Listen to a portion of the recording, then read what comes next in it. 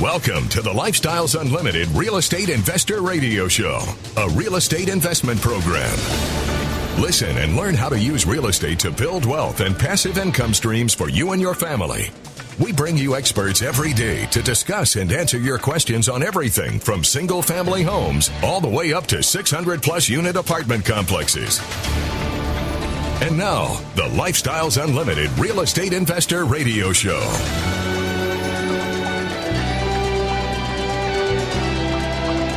Welcome to the show. My name is Al Gordon, and as always, we're working on your financial freedom. On today's show, I have some very special guests for Tell Al. You know what we're going to do today? We're going to go into a time machine. Together, you and I are going to jump into a time machine, and we're going to go all the way back into like our 20s. And the reason we have to do this is because my guests on today's show became members of Lifestyles Unlimited in their 20s. You heard me correctly. They made an informed decision to start investing in real estate in their 20s. And I'll tell you what, that was a great decision for them because they've already created passive income streams for themselves and their family. They've already changed the trajectory of their lives. And they're only in their 20s. Okay, he technically got into his 30s after he joined Lifestyles Unlimited, but we're going to keep that a secret between you and I. So what I'm going to do now is I'm going to bring Shannon and Leland onto the show, because if you're somebody in your 20s or maybe your 30s, you need to hear their story, because you have to understand that there is a better way for you to achieve retirement. And it's not this distant future thing 30, 40 years down the road. It's something you can do today. Shannon and Leland, welcome to the show. How are you guys doing today? Hey, we're doing great. Thanks for having us. I am so happy to have you on the show. I'll tell you what, I'm kind of giddy. I'm kind of like a little schoolgirl, though I've never been one of those. I'm kind of giddy having you guys on the show because I love it when younger people take an interest in what I am doing. And you guys became members of Lifestyles Unlimited probably about the same time I did. So I think it's even more amazing that the both of you had clairvoyance in your life. You, at a point in your life, made a decision to not do what everybody else was doing. You made a decision to do what those of us in Lifestyles Unlimited are doing. And we're going to talk about those results on today's show. But before we do, let's get to know you guys. Tell me a little bit about your background. How did you guys meet? How did you guys get married? And what were you guys doing for careers before you decided on real estate? Okay. So we met in college. We both went to the University of North Texas. We met in a business class of all places and just really hit it off, and we've been together really ever since. And we got married in 2017 after being together for about 3-4 years at that point. And so we've been together collectively now for almost 8 years. And, for career-wise, I'll talk about mine, and then I'll let Leland talk about his career path. But mine was originally in corporate event planning. So I did large-scale events and trade shows all over the United States for about 6 years. And then I moved over into one of the big four, tax consulting firms. And I recently just got promoted up to consultant. And so I am on that track, you could say, of, that 9 to 5, but that is by no means my end goal. And so I'll let Leland talk about his experience too and where we're going. Yeah, so right out of college, I actually went to work for a commercial real estate firm here in Dallas. And I was a tenant rep, so that meant that if a company was looking for office space, I would represent them in the transaction to obtain the lease and deal with the landlord and the landlord's broker. I did that for about a year and a half. Then I ended up working with my godfather doing electrical and AV work, so doing media rooms, hanging TVs, smart homes, that type of thing. And then I ended up with a lighting manufacturer rep. And that's what I'm currently doing today. But kind of to bring it back to what you're talking about, we weren't going to do this forever type of deal. When I was doing the electrical and the AV stuff, I was typically out of the house by 5 in the morning and not getting back home until 8, 9 o'clock at night. And that was just when it was just me and my wife, girlfriend at the time. And just, that was taking a toll on my body, being in attics, walking on my knees, under houses, just, it's a nonstop grind on my body. And it was getting to the point that it was just almost too much. And that's kind of when I was like, okay, something's got to change. That was kind of the epiphany to like, we've got to figure something out because I can't keep this up. Now, you guys both went to the University of North Texas, and if I heard you correctly, Shannon, you said you both had business backgrounds. You went to business school. Did I get that correct? He went to business school, and I just got my minor in business, but I got my major in communications. Okay. Yeah. So here's the question I've got for you guys, because I've got 2 business degrees myself. At what point in your business curriculum did they teach you the things that we taught you at Lifestyles Unlimited? Maybe insurance. That's about it. I was about to say, you went further. Maybe you went insurance. further into business school. Yeah, he went further into business Yeah. than I did, so he has a better idea because they don't teach you that. I know it's. I mean, it's crazy, isn't it? Because business school is really designed to give you certain skill sets so that you can get into corporate America or go work for somebody else and focus on their goals and objectives, right? Exactly. We've got about a minute left in this segment, and I'm gonna ask you a question that might take a little longer than a minute to answer, but do your best. At what point, as you guys were in that daily grind, did you get an epiphany that something had to change, and what was it that caused that epiphany? Leland, do you want to take that one? Kind of twofold, but to be quick, her parents would always, not necessarily, but they would have the joke of when we're going to have grandkids, and it was always on our end, A, we don't have the money, and B, we don't have the time. And that was kind of when, like, okay, we really got to figure something out so we can actually start our family, our family unit versus being a part of everyone else's family unit. And I think that was kind of the main motivation that made us rethink how we were going about our lives at that point. All right, we're getting ready to go to break. When we come back from a break, we'll pick up the story, and we're going to give you insider information that you need to hear. Stick around.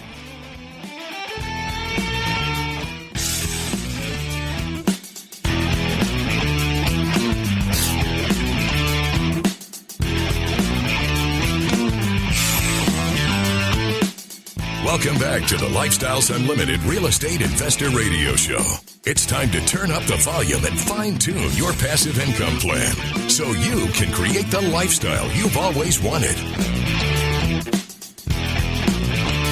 Welcome back to the show. Hey, if you're just joining me, I have Shannon and Leland on the show with me today. They're Lifestyles Unlimited members. I think we joined the organization about the same time frame. The big difference between their family and my family, well, it's about 30 years, to be honest with you. You see, they're young. They're very young in comparison to me. They're in their late 20s, early 30s, without giving away actual ages. Me, I'm on the other side of the spectrum. I'm way up at the number 57. But here's the cool thing. Age doesn't matter when it comes to real estate investing. Age has no bearing on your success. What has a bearing on your success is getting focused on doing something different than what society has told you to do.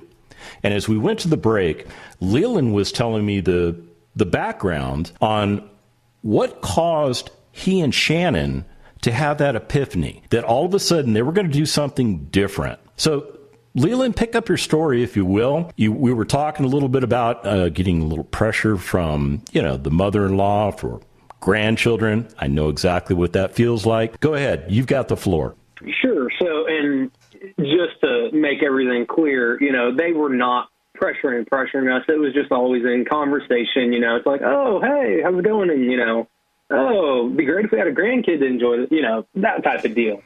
Yeah, but, that passive-aggressive stuff, right? Something like that. But it was always in the back of our head, too, because it's like, hey, we don't, by the time that we're 50 to 55, they're going to be 21 to 25. And, it'd be nice to where everyone's young enough to go and do stuff instead of saying, well, your dad can't do this because he's still working, or, or he got hurt on the job and he can't do that because he physically can't.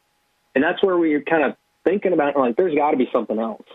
And my wife was fortunate enough that her grandfather was a very smart man, very successful, and actually gifted Shannon 4 condos that were paid off. And, you know, that's kind of how she is used to the real estate world, or is, you know, her experience with it. But then with me listening to Lifestyles, I actually put 2 and 2 together and I go, hold on. I think I found the way. And, you know, through following the footsteps and the education, it turns out that there's a reason that he was so successful in real estate, and it's because it just works when you do it correctly.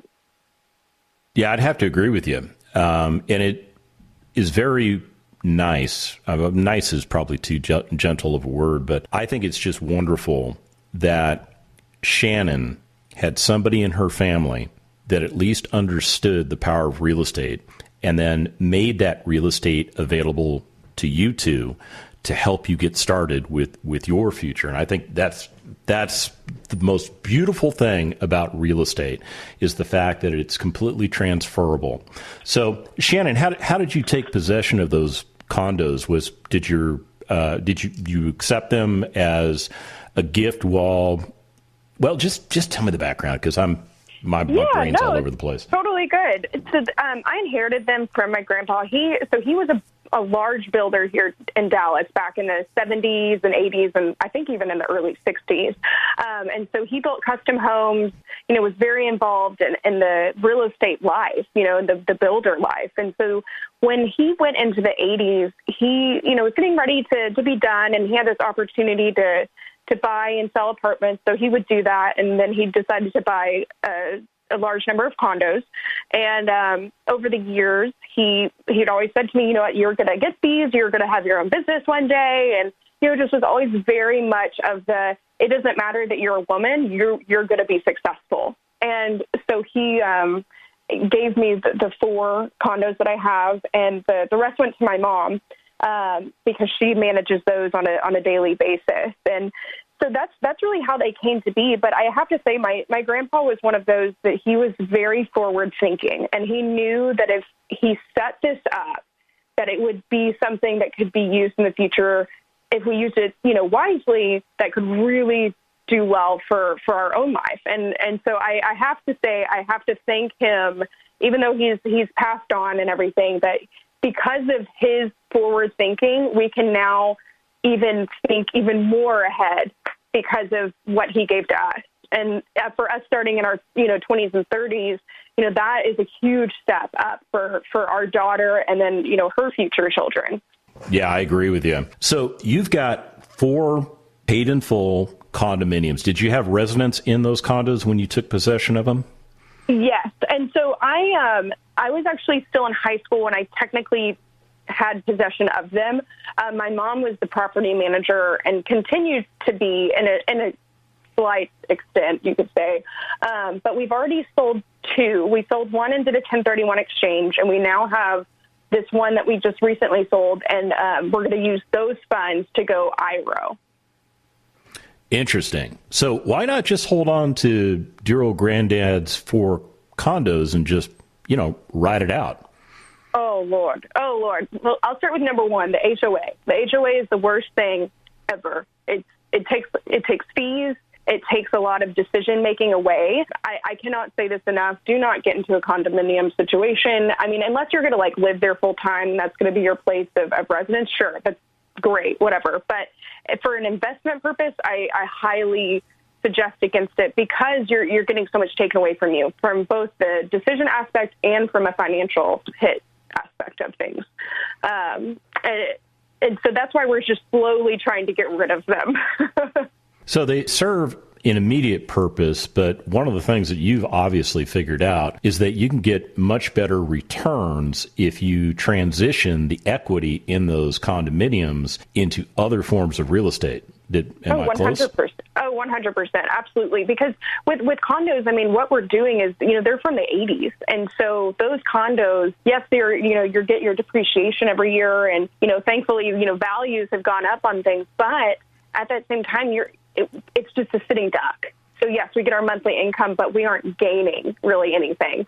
And so it's one of those where this multifamily situation is where it's a snowball effect for us. You made a decision to transition some of the condo money into single family, and then you made a decision to transition some of that condo money into multifamily. Why the two pots? So it kind of goes back to when we were starting out, when we spoke with Dell. When we first started in our first deal after joining, we wanted to prove to ourselves and to everybody else that we could do it on our own with nobody else's help. And that was really a proof of concept for us to prove that, hey, this thing's legit, it works. And so the first one that we bought was a single-family house in Dallas. And then that went great. It was what it was, and we made some gains on it. And then we just sold that one outright. Then what we did is we sold the one of her condos. It sounds like we're getting cut off. Yeah, we're getting ready to go to break, and man, it's just starting to get good too, isn't it? So here's what we're going to do. We're going to hold the story for the break. When we come back from the break, we're going to come in guns blazing. You ready? All right, stand by.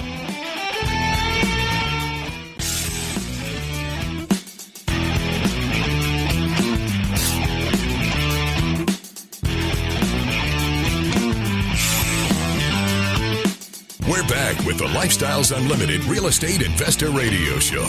We're here to answer your questions and help you become financially free.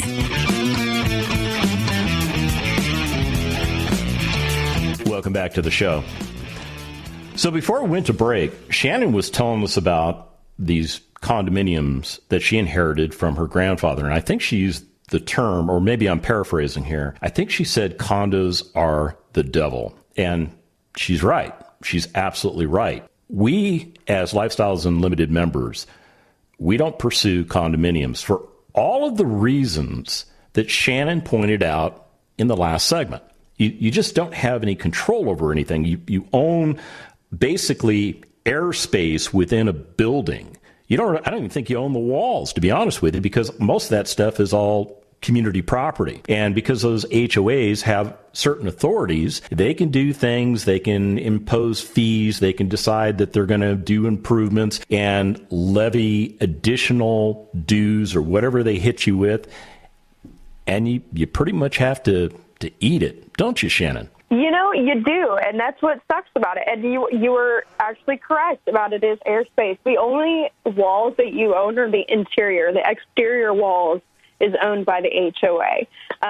So as you can imagine, anytime that you have repairs on the exterior, it has to be approved by the HOA. The roof has to be approved by the HOA and the insurance. There's just so much of back and forth. And, especially for people that if you're not already in a condo, like you don't live in a condo or if you don't own a condo, a lot of times those boards can get kind of in a power trip situation. And so they're very much like, oh, well, we're not going to allow this, but we'll allow this. And, so it's just overall, whenever you can either be a passive and really be involved with people that really know what they're doing, and it's not overseen by an HOA, or if you outright own your own, you have so much more freedom and so much more freedom over your financials. I mean, that's probably the biggest thing, which is, again, why we are, slowly but surely getting out of these condos. As I know that, Dell wants us to, and our mentors want us to, and as Leland and I both want to.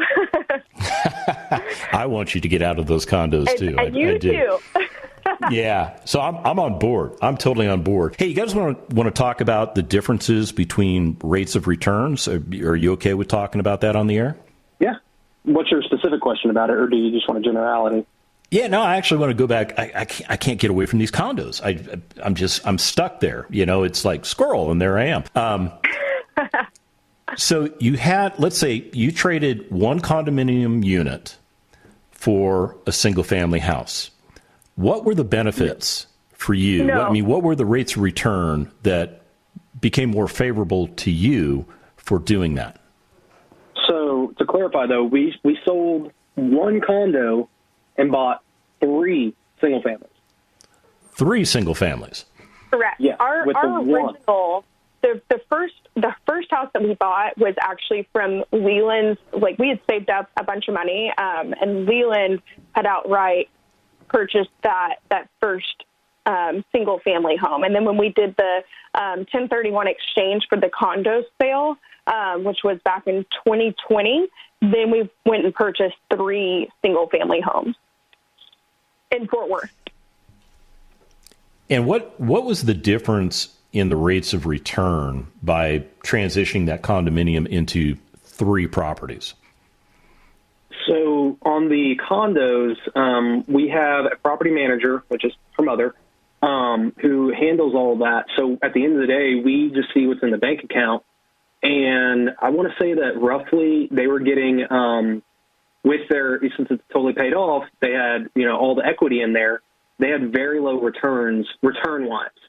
On these single-family, though, we were able to, and I'm talking about like the 2 to 5% cash-on-cash return, very low.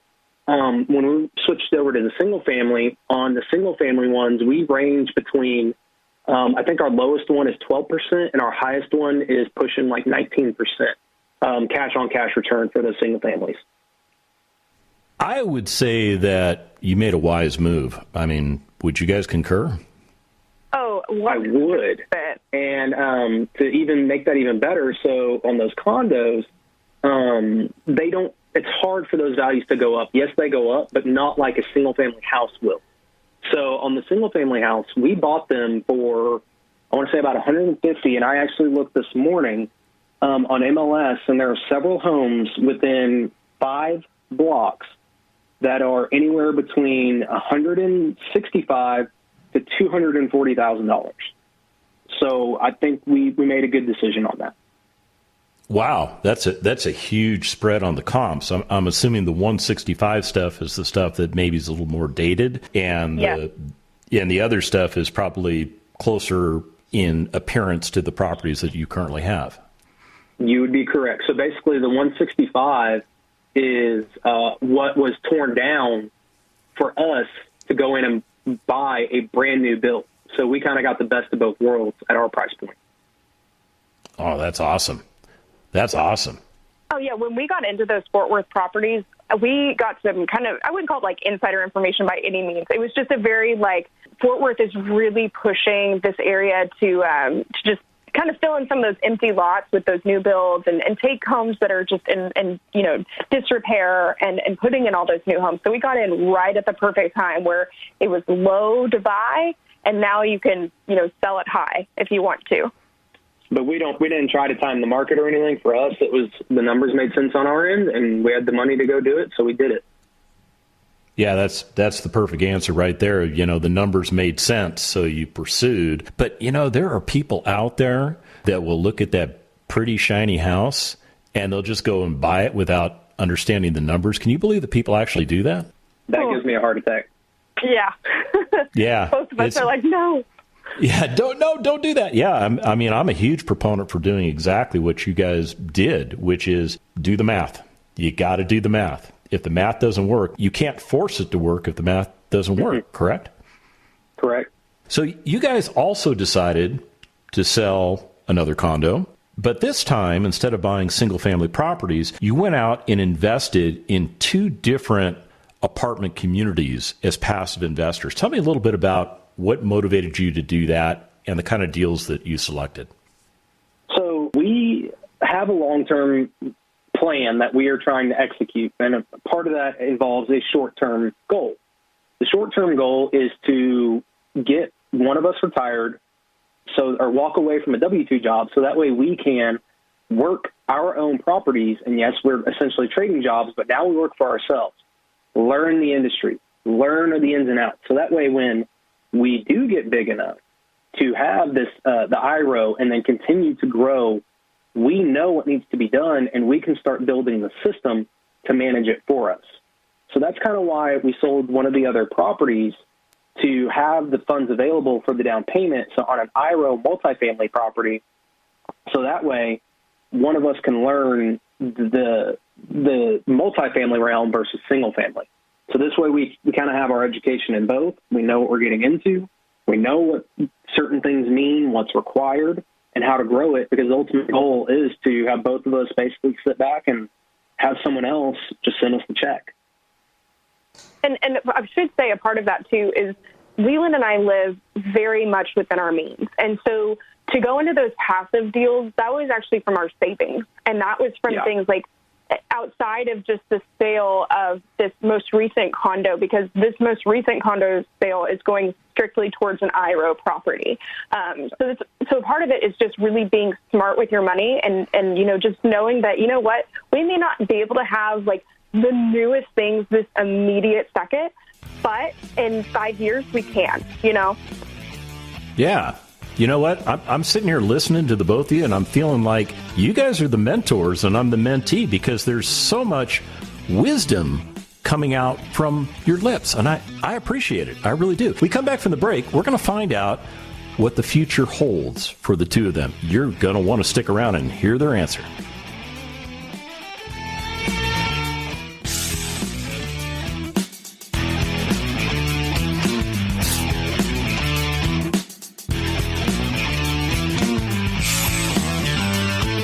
Welcome back to the Lifestyles Unlimited Real Estate Investor Radio Show. Now, let's get back to your map to financial freedom.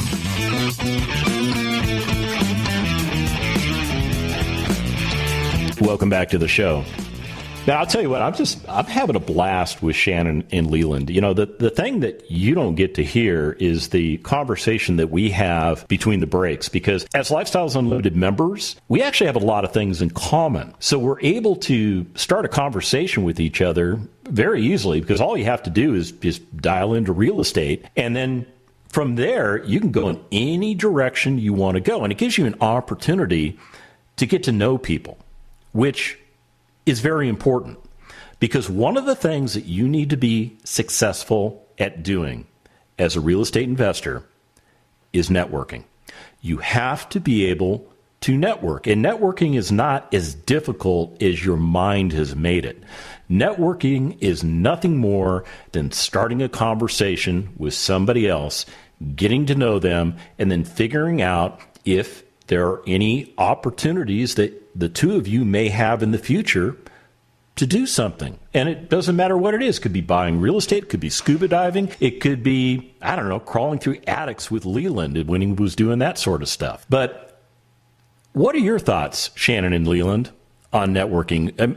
Am I close to being on the mark? Is networking as important as I seem to make it be?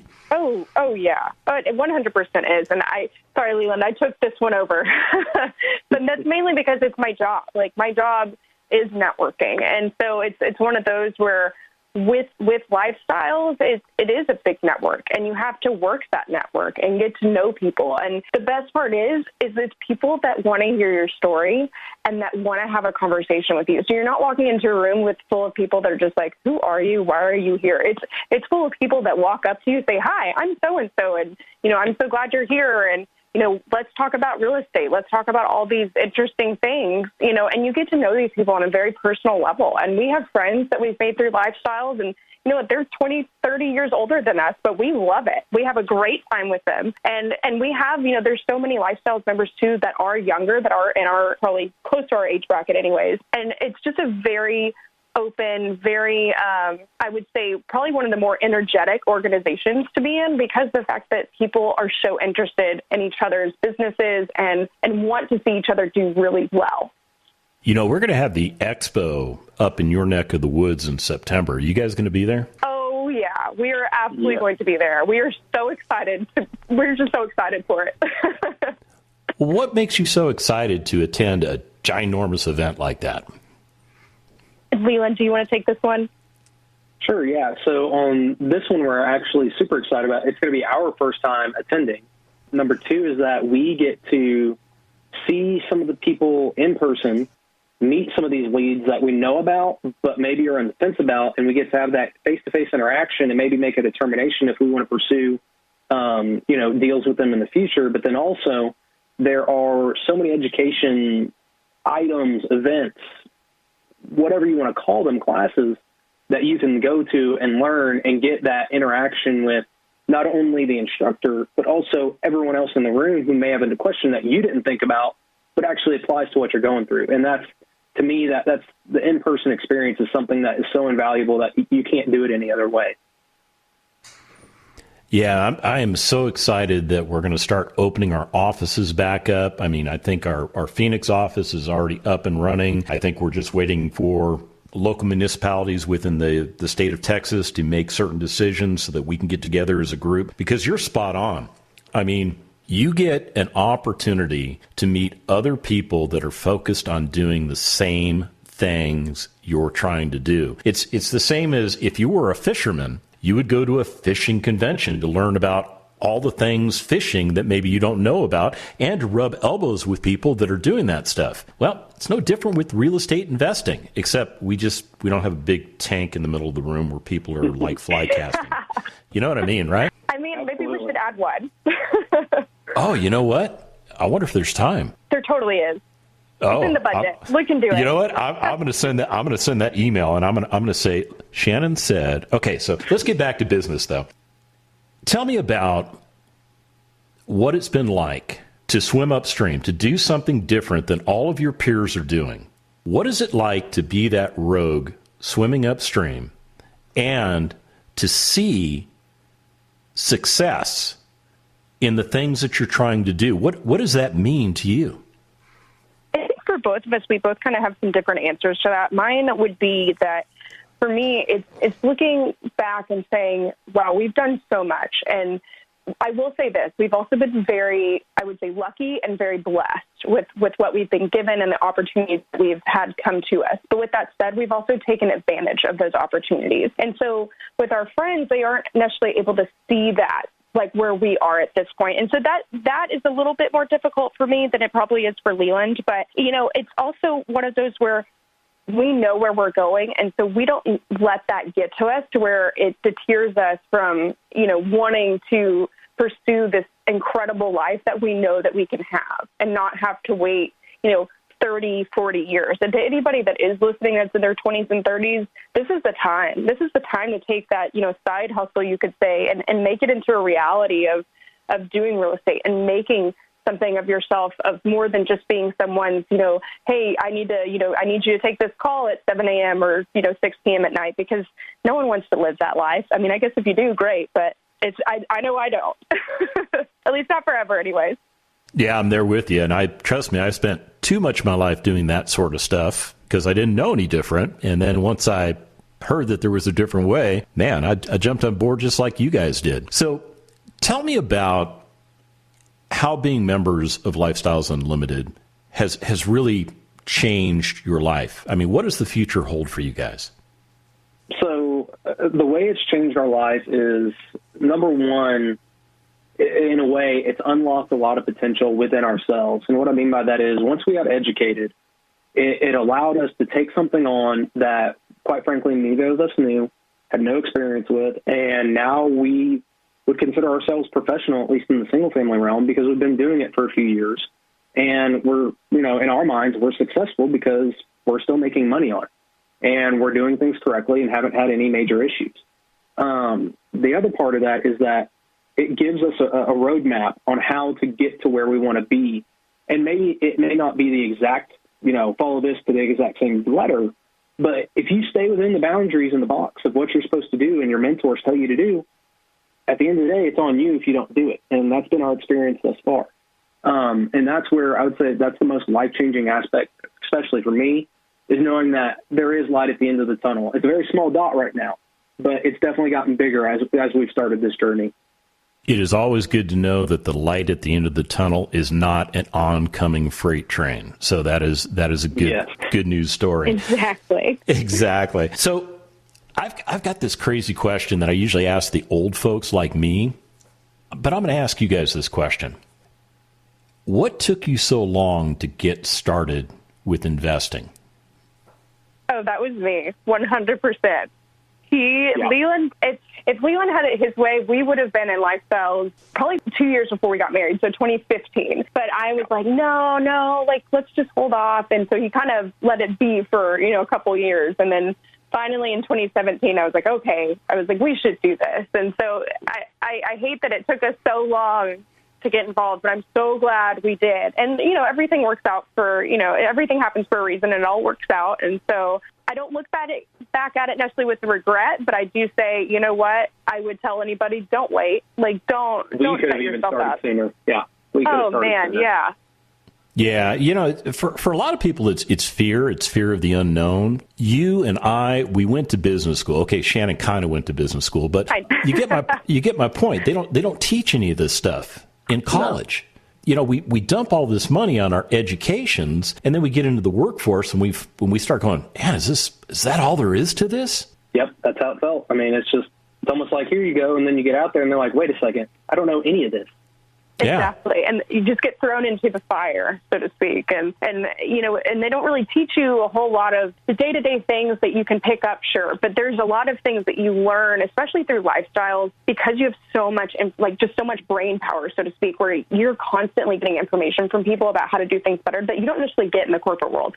Because unless you work for an incredible organization, which I do work for an incredible organization, but a lot of companies aren't necessarily that way, where you're having to really fight for information and try to find out things constantly. With lifestyles, it's not that way. You know, you have people that want to give you this information. Yeah, and I'm so glad that you guys pulled the trigger and became a part of our organization, because it's awesome what you guys are doing with your life, what our friends in Lifestyles Unlimited are doing with their lives. It changed my life. I mean, it is phenomenal. Now, I was going to ask them which one was going to retire first, but we ran out of time. So if you send me an email at askal@luinc.com, I'll share the answer with you. And remember, it's not the money, it's the lifestyle.